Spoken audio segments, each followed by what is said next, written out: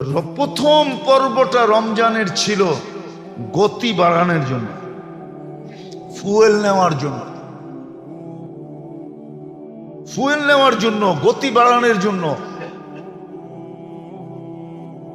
যে ইবাদতের প্রত্যেক রাত্র যাবে, যেরকম ফুয়েল আসলে, তেল নিলে, গাড়ির ভিতরে পর্যাপ্ত তেল থাকলে গাড়ি যেরকম ভাগতে থাকে, তার স্পিরিটও এরকম বাড়তে থাকবে। ইবাদতের স্পিরিট, বন্দেগীর স্পিরিট বাড়তে থাকবে। দ্বিতীয় পর্বে আরো বাড়বে, তৃতীয় পর্বে তো বাড়ার সীমা থাকবে না, তখন তো সে গড়েই থাকবে না। মা বোনরা যদিও ঘরে থাকবে, কিন্তু সে ঘরে থাকবে বটে, কিন্তু আসলে সে এতেকাফে আবদ্ধ থাকবে। পুরুষরাও থাকবে তো মসজিদে আবদ্ধ থাকবে। এতেকাফে থাকুক আর না থাকুক, তার সময়টা মসজিদের ভিতরে সবচেয়ে বেশি কাটবে। দিন কাটুক আর না কাটুক, রাত্রটা তো পুরা তার মসজিদে কাটবে, রাত্রটা পুরা মসজিদে কাটবে। তো প্রথম যেটা বলতেছিলাম, আল্লাহর বিশেষ মেহেরবানি। যদিও উচিত ছিল না, চাইতে চাইতে চাইতে চোখের পানি জড়াইতে হয়তো দেওয়া দরকার ছিল, কিন্তু চাওয়া ছাড়া রমজান পাওয়া গেছে। এটা এত বড় এহসান যেটা বইলা কয়া শেষ করা যাবে না। হ্যাঁ, এটা শুধু বুঝলে বুঝতে পারবে, বইলা শেষ করা যাবে না, বুঝায়া বুঝানো যাবে না। এটা অ্যানালাইসিসের মাধ্যমে বুঝতে হবে, নিজের চিন্তার দ্বারা বুঝতে হবে। যে 2 মাস আগের থেকে আল্লাহ রসুল দোয়া করতেছেন, বাল্লিগনা রমাদান, আল্লাহ রমজানের সীমায় একটু পৌঁছায় দেন, রমজান দিয়া দেন না। হাদিসের শব্দ রমজান আমাকে দিয়া দেন এটা না, রমজানের সীমানায় আমাকে পৌঁছায় দেন। বাল্লিগনা রমাদান, রমজানের সীমানায় আমাকে পৌঁছায় দেন। যেটার জন্য আল্লাহ মাহফিল করতেন, আল্লাহ রসুল মাহফিল করতেন, রমজানের আগের থেকেই বুঝাইতে চেষ্টা করতেন। আসতেছে আসতেছে আসতেছে, হাদিসের শব্দ দেখলে বোঝা যায় যে গুরুত্ব কতটুকু দিয়ে বুঝাইতে চেয়েছেন। আর ওমর রাদিয়াল্লাহু তাআলা আনহুর মতো ব্যক্তি বলতেছেন, ইয়া রাসূলুল্লাহ, কি আসতেছে বলেন না, খালি বলতেছেন আসতেছে আসতেছে আসতেছে। যখন গুরুত্ব যাদেরকে বুঝাইতে চাইতেছিলেন, ওনারা যখন গুরুত্বটা বুঝছেন এবং জানার জন্য যখন আত্মহারা হয়ে গেছেন যে এখন বলার সুযোগ আসছে, তখনই আল্লাহ রসুল বলছে রমজান আসতেছে, রমজান রমজান আসতেছে। অনেক সময় হয় কিন্তু কয়েকটা কথা তোমাকে বলতাম, আবার কয় না বলবো না। কি আস্তে আস্তে আগ্রহ বাড়ে না বাড়ে না? হ্যাঁ, শেষমেশ দেহে যে এই বুঝি সংসার ফাইটা যাইব, ঠিক না? এই বুঝি বিরাট একটা ঝগড়া হয়ে যাবে, ঠিক না? আরে মনে হয় বোঝেন নাই, বিয়ে শাদী করেন নাই, কোথেকে বুঝবেন? যখন বোঝে যে এই বুঝি ঝগড়া হইতে বিরাট একটা ঝগড়া হয়ে যাইব, তখন বলা দেয়, ঠিক না? হ্যাঁ, আল্লাহর রসুল গুরুত্ব বুঝানোর জন্য যে সাহাবা এখন বুঝতেছে যে হয়তো কোনো একটা অঘটন ঘটে যাবে, চান না দিয়া দেয়, না জানতে পারলে কোনো ক্ষতি না হয়ে যায়, আগ্রহ দেখা তারপরে আল্লাহ রসুল বলছে রমাদান আসতেছে, রমজান।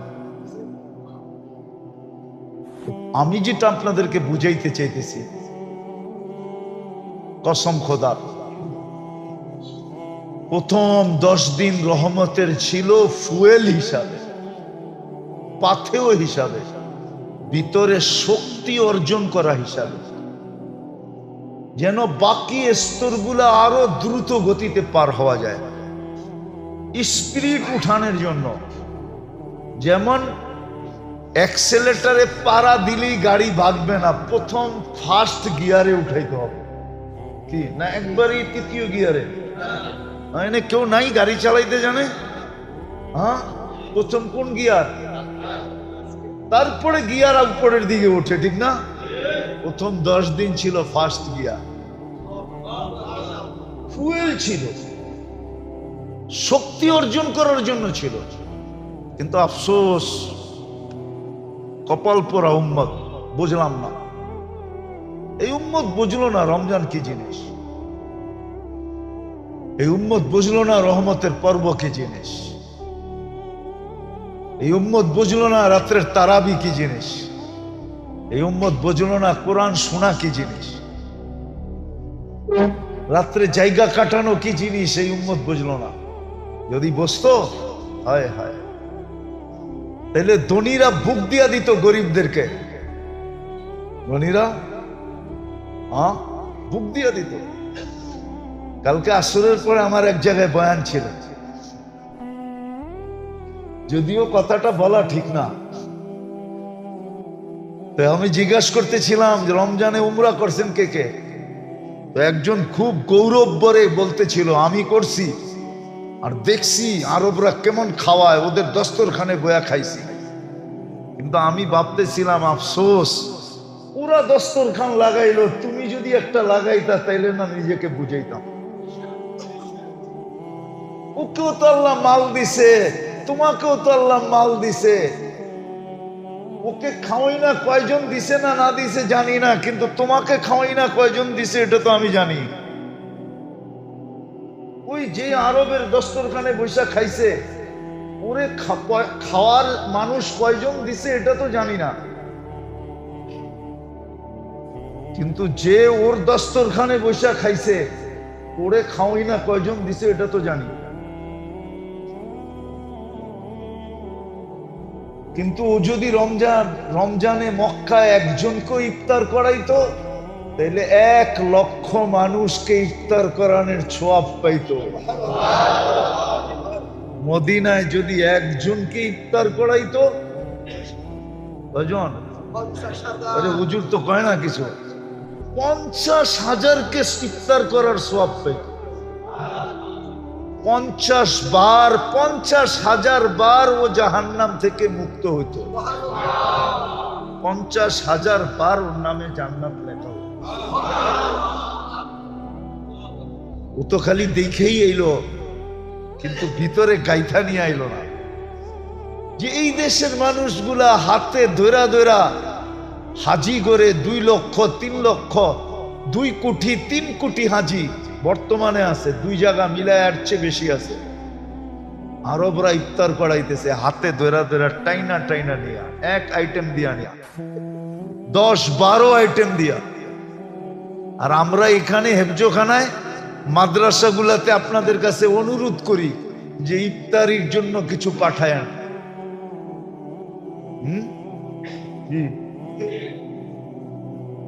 আমরা তো হাত পাতি যে এতগুলা ছাত্র ইফতারি করে কিছু পাঠায় ইফতারির জন্য। যেটা আমি বলতেছিলাম, যদি বসতো তাইলে ধনীরা গরিবদেরকে রমজানের আগে বুক দিত যে এই রমজানে তোর কোনো কাম নাই, তুই খালি আল্লাহ রোজা রাখবি আর আল্লাহ আল্লাহ করবি। 2 জন 5 জন কমসে কম 1 জন করে বুক দিত, তোর পুরা খরচা আমি উঠাবো, তুই আল্লাহ আল্লাহ করবি। আমার দৌড়ে যদিও আমি দৌড় দিয়া পৌঁছতে না পারি, হইতে পারে তোর দৌড়ে আমি পৌঁছা যাব। আর এটা তো হাদিসে গ্যারান্টি ছিল, হাদিসে গ্যারান্টি ছিল। একটা উদাহরণ দিলে বুঝে আসবে। এখন তো আর কামলা নাই, আগে তো কামলা নিত। কামলা চিনেন? হ্যাঁ চিনেন কামলা? ক্ষেত লাগাইতে কামলা নিত। কামলা কোন দেশে কামলা বলে, কোন দেশে বদিলা বলে। আরে বোঝেন কি জাগানোর জন্য? ফসল লাগানোর জন্য, ক্ষেত লাগানোর জন্য। ও সারাদিন লাগায়া বিকালে হাত পাতে না পাতে না? বিকালে কি কয়? আমার মজদুরি দে, ঠিক না? প্রথমে কয় দেন, পরে একটু ঘুরাইলে কয় দে, ঠিক না? হ্যাঁ কি কয়? আপনি যদি বলেন ক্ষেত মাত্র লাগাইলি, ফসল কবে হবে, হয়ালো কাইটালই তারপরে দিব, কি চলবো? হ্যাঁ, ঠিক এরকমই। আমি দৌড়ে পৌঁছতে পারি আর না পারি, আমি যাকে ঠিক করলাম এই রমজানে পুরা তোর দায় দায়িত্ব আমার, তোর খরচা আমি বহন করব, ওর দৌড়ে আপনি পচবেনই পচবেন, ওটা কবুল, ওটা আপনার পক্ষে, ওর নিজের জন্য কবুল হোক আর না হোক, কিন্তু আপনার পক্ষে আমার পক্ষে 100% কবুল। উচিত তো ছিল ধনীদের, প্রত্যেক মহল্লার বিত্তশালীদের দরকার ছিল, আমার মহল্লায় কয়জন গরিব আছে, কয়জন রিক্সাওয়ালা আছে, কয়জন দিন মজদুর আছে, কয়জন অটোওয়ালা আছে, সব লিস্টি করে আপসে ভাগ করে নেওয়া দরকার ছিল। একজন পাড়ে একজনই নেওয়া দরকার ছিল, যে একজন কি নিল, যে তোরা রমজানে খাটিস না, তোদের রমজানে খাটার প্রয়োজন নাই, উচিত ছিল এটা। কিন্তু আমার সমাজে সবই তো উল্টা, পুরা গঙ্গাই তো উল্টা চলে, ঠিক না? এই জন্য যে লেখছে বড় সুন্দর লেখছে, কি লেখছে বলবো? আল্লাহ রমজান কয় ভাগে ভাগ করছে? বাংলাদেশিরাও রমজান রে 3 ভাগে ভাগ করছে। প্রথম 10 দিন হলো নিত্য প্রয়োজনীয় জিনিস যারা বেচা কিনা করে ওদের জন্য, ওরা প্রথম 10 দিন খুব মুনাফা কামায়, কি সিন্ডিকেট করে কামায়, ঠিক না? 1 টাকারটা 100 টাকা বানায় কামায়, ঠিক না? প্রথম 10 দিন হলো, আমি লেখি নাই, মিডিয়ায় দেখবেন একজনে লেখছে, আমি কিন্তু লেখি নাই, আবার দোষ আমার উপরে চাপায়া দিয়েন না, কেননা যে লেখছে ও যদি হোমরা চোমরা হয় তাহলে তো ওরে কিছু কইতে পারবো না, ধরবো আমার মতো মৌলবীরা, ঠিক আছে না? আপনি কইলেন কি লেখা, ঠিক না? ওই পুরান কাহিনী মনে উঠছে, ঠিক না?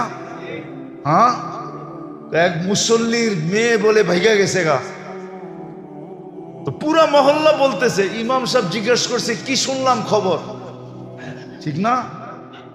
তো মুসল্লি কইতেছে সবাই বলে বলুক, আপনি বলেন কেন? হ্যাঁ, ওটা আবার নোয়াখালীর ভাষায় কইছে আর কি, ঠিক না? আমাদের তো দোষ, ওরে তো কিছু বলতে পারবে না, যে এটা লেখছে বলছে, হইতে পারে আমাকে মতো মোল্লারে ধরতে পারে, ঠিক না? যে বলে বলুক, তুমি বললা কি লেখা, 5 টাকার মোল্লা 10 টাকার কথা, ঠিক না? কি বলেন? হ্যাঁ, আমার সমাজ তো এটাই।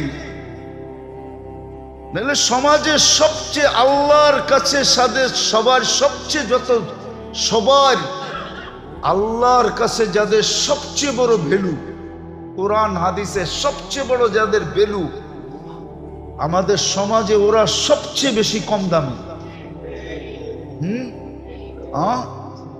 কি বলেন? বললে তো আবার কমিটিও চেতে যাবে, বলা ফেলবো না, চেতে যাবে, হতে পারে আমার চাকরি নাও থাকতে পারে।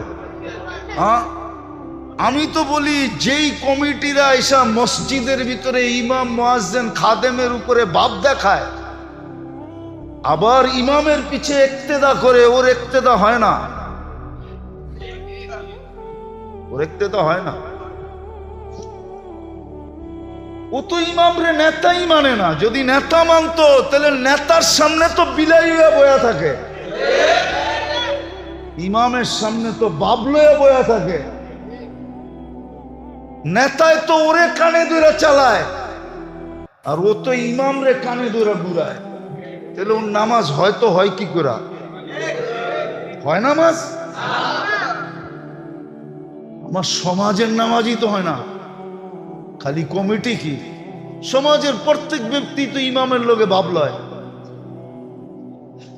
ইমাম রে পাট পাতার দাম আছে, ইমামের দাম নাই। ইমাম তো দায়িত্ব কাঁধে নিয়ে ফাইসা গেছে, আপনার কাছ থেকে না, আল্লাহর কাছ থেকে। আমরা ফাইসা গেছি এক জায়গায়, নাইলে আমাদের ভাষা ছিল না, আমরাও আপনাদের মতো অটো চালাইতাম, আমরাও আপনাদের মতো কিছু টুকটাক করে জীবন চালায় নিতাম। আমরাও টুকটাক করে দুনিয়া চালায় নিতাম। দুনিয়া কয়দিন আর, আমাদের তো চলে যেত এরকম টুকটাক করে। কি করে আপনার গোটা টুকটাক করে চলে না? না চলে না?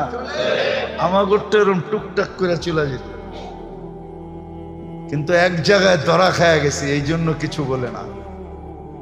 যা কথায় কথা আসলো, এই জন্য বুঝাইতে চাইতেছি। আল্লাহ করুক বুঝে আসবে, নাইলে রমজান আসবে আর যাবে। বড় কান্না লাগে যে একটা রমজানই তো জীবনের জন্য যথেষ্ট ছিল।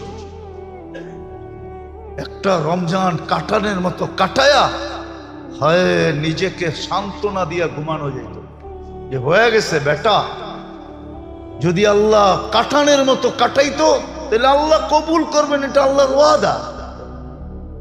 ওয়াদা ওয়াদা ওয়াদা। তো আমি যেটা বুঝাইতেছিলাম, প্রথম 10 দিন ছিল ফুয়েল নেওয়ার জন্য। রহমত মানি ফুয়েল, রহমত মানি ভিতরের শক্তি, ভিতরের শক্তি অর্জন করার জন্য।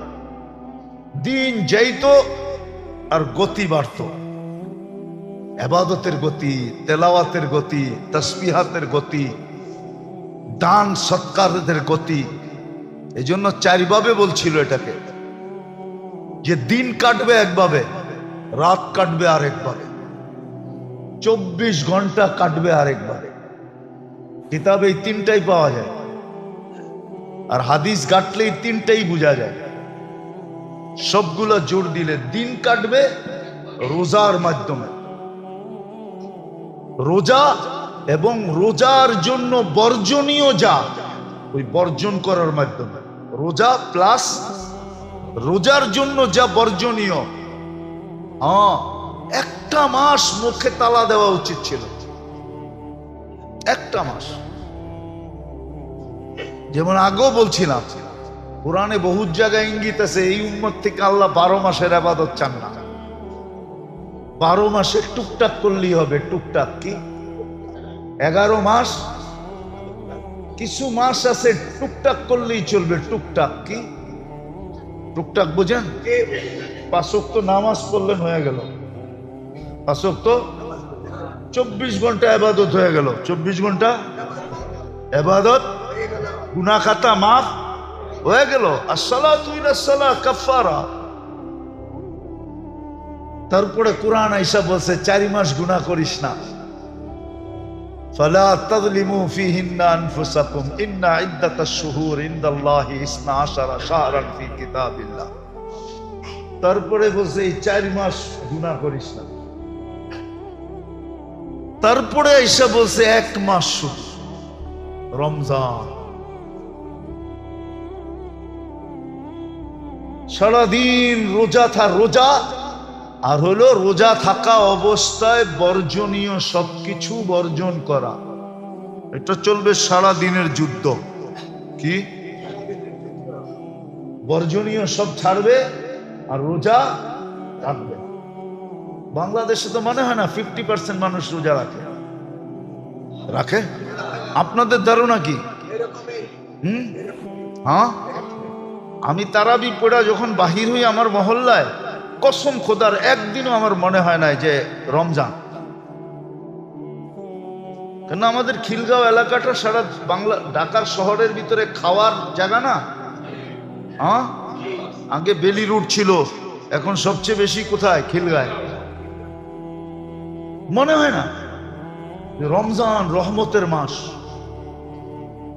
তখন ভিতর থেকে মনে চায়, জীবনে আমার অনেকবার মনে চাইছে, এখনো মনে চায়, আমার জীবনে, সফরের জীবনে, ভ্রমণের জীবনে, দাওয়াত ও তাবলীগের মেহনতের কারণে আমি দুনিয়ায় যতটুক জায়গায় গেছি, বহুত জায়গায় আমার মনে চাইছে যে আমি সহ জমিনটা ধসা যাক, আমারও বাঁচার দরকার নেই। পরিস্থিতি দেখে এরকম মনে হয়, বহুতবার মনে হয়েছে। এখনো ডেলি রাত্রে যখন বাহির হই তারাবি পড়া, তখনও মন চায় আল্লাহ আমি সহ হয়ে যাক কিছু একটা, আমার ফ্যামিলি সহ হয়ে যাক। এই দৃশ্য তো আর চোখে দেখা যায় না। রমজান মাস এরকম বরকতের মাস, রহমতের মাস, আর এই মুসলমানের এই অবস্থা। আমি বদদোয়া করতেছি না, আমার ভয় লাগতেছে যে চাঁদ রাত্রে আমাদেরকে খুশি উপহার দিবে আল্লাহ, না আমাদেরকে এরকম একটা দুঃখ উপহার দিবে যে কিয়ামত পর্যন্ত দুনিয়া মনে রাখবে। বাংলাদেশকে এরকম দুঃখ উপহার দেয় কিনা? নাইলে ডেলি ভূমিকম্প, ডেলি সিগন্যাল, দুইবার সিগন্যাল। তারপর আমাদের সমাজের কানের ভিতরে কয় না, উর্দুতে একটা প্রবাদ বাক্য আছে, উকুন বলে কানে পড়লে খবর হয় না। কেন? উকুন তো উকুন কানে পড়লে আমাদের এরকমই খবর হয় না, মনে হয় যে এটা উকুন মনে করতেছে। দুইবার ডেলি ভূমিকম্প রমজান মাসে, তাহলে রহমত রইল কই? ভূমিকম্প হওয়া কি রহমত? হ্যাঁ, তাহলে রহমতের পর্ব রইল কই? আমারে বুঝান। তাহলে তো বোঝা গেল রহমতের পর্ব রইল না। তাহলে দুইবার ভূমিকম্প হয় কি করে? দুইবার সতর্ক করে কি করে?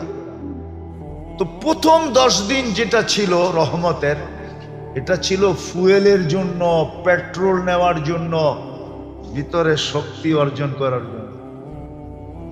আর ওটা প্রমাণিত হইতো যদি ডেলি 3 লাইনে আমি বাড়তে পারতাম।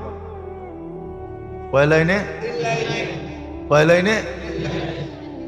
সারাদিন রোজা রাখলো এবং বর্জনীয় যা রোজা রাখা অবস্থায় সব কিছু পুঙ্খানুপুঙ্খানুভাবে ছেড়ে দিল। এমনকি সারা দিনে একটা দুনিয়াবি কথা পর্যন্ত মুখ দিয়া বাহির করলো না, তালা দিয়া দিল। এটা হলো সারা দিনের যুদ্ধ। আর সারা রাত্রের যুদ্ধ ছিল তারাবি আর কোরআন শোনা আর ইবাদত বন্দিগি লিস্টি করা। কেননা আল্লাহ সুযোগ দিছে, নফল ফরজের সমান মর্যাদা পাইতেছে, ফরজ 70 গুণ বেড়ে যেতেছে, তসবিহাতকে আল্লাহ 1000 গুণ বাড়ায়া দিছে। তো সারা রাত্র ইবাদত বন্দিগি তারাবি কোরআন শোনার ভিতরে কাটায় দেওয়া উচিত ছিল। আছে এরকম দেশ, আছে লোক, আছে আমাদের সমাজও আছে যাদেরকে আমরা ক্রিটিসাইজ করি বেশি, যা দেখবেন ওরাই চমকাইতেছে বেশি। এরকম গরিব লোক পাইবেন যে সারা রাত কানতে কানতে কাটায় দেয়। আজকে আপনার চোখে গরিব, কালকে কিয়ামতের দিন আপনার আমার চেয়ে বড় রাজা হয়ে উঠবে। হ্যাঁ, ঠিক না? কি নাহলে আল্লাহ রসুল দোয়া করবে কেন? অহশুরনি ফি জুমরাতিল মাসাকিন।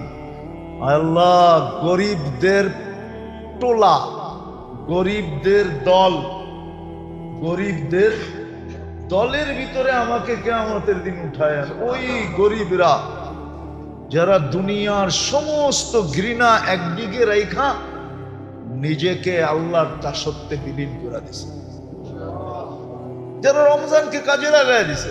আছে এরকম লোক আছে। আবার কোন দেশও আছে, আমার লোকে চলেন, আমি দেখায় নিয়ে আসবো। পুরা রমজান ইফতারিতে ঢোকে, সেহরির সময় বাহির হয়। পুরা দেশ, পুরা মহল্লা, পুরা মসজিদ ইফতারিতে ঢোকে। ইফতারি মসজিদে হয়, ইফতারিতে ঢুকছে, সেহরির সময় বাহির হয়ে বাড়িতে যায় সেহরি করবে, তারপরে আবার ফজর পড়তে আসবে। এই সেহরি পর্যন্ত আর বাহির হবে না, মসজিদে বসে আছে। কেন? ওইখানে বসে থাকলেও তো কি কি লাভ না? কি হাদিসে আছে না নাই? একজন ফেরেশতা দোয়া করতে থাকবে, আল্লাহুম্মা গফির, আল্লাহ মাফ করে দেন। আরেকজন দোয়া করতে থাকবে, আল্লাহ রহমত আর কাকে দিবেন, ওকেই দেন। তো আপনার ঘরে বয়ে রয়েছে। আরেকজন ফেরেশতা নামাজের সওয়াব লিখতে থাকবে। এই জন্য ওরা ইফতারির সময় ঢোকে। আর ইফতারি পর্যাপ্ত পরিমাণ হয়, যার কারণে প্রথম রাত্রে খাইতে হয় না, একবারে সেহরিতে বাইরে। চলে না আমার লোকে আফ্রিকার দেশ দেখায় নিয়ে আসবো, ধনী গরিব সব, হাকিম মাহকুম সব। হাকিম মাহকুম বোঝেন? কর্ণদাররা পর্যন্ত, কর্ণদাররা পর্যন্ত, সমাজ সেবকরা পর্যন্ত, রাষ্ট্রের বড় বড় পদস্থ লোক পর্যন্ত ওকেও যায় মসজিদে পেবেন। হ্যাঁ, ওর মসজিদ আম মসজিদ না, ওর বাউন্ডারির ভিতরের মসজিদ। জিজ্ঞেস করবেন ও কই, ওই মসজিদে আছে। যেমন মদিনায় এসে জিজ্ঞেস করছিল আমিরুল মুমিনিন কই, ওই মসজিদে আছে।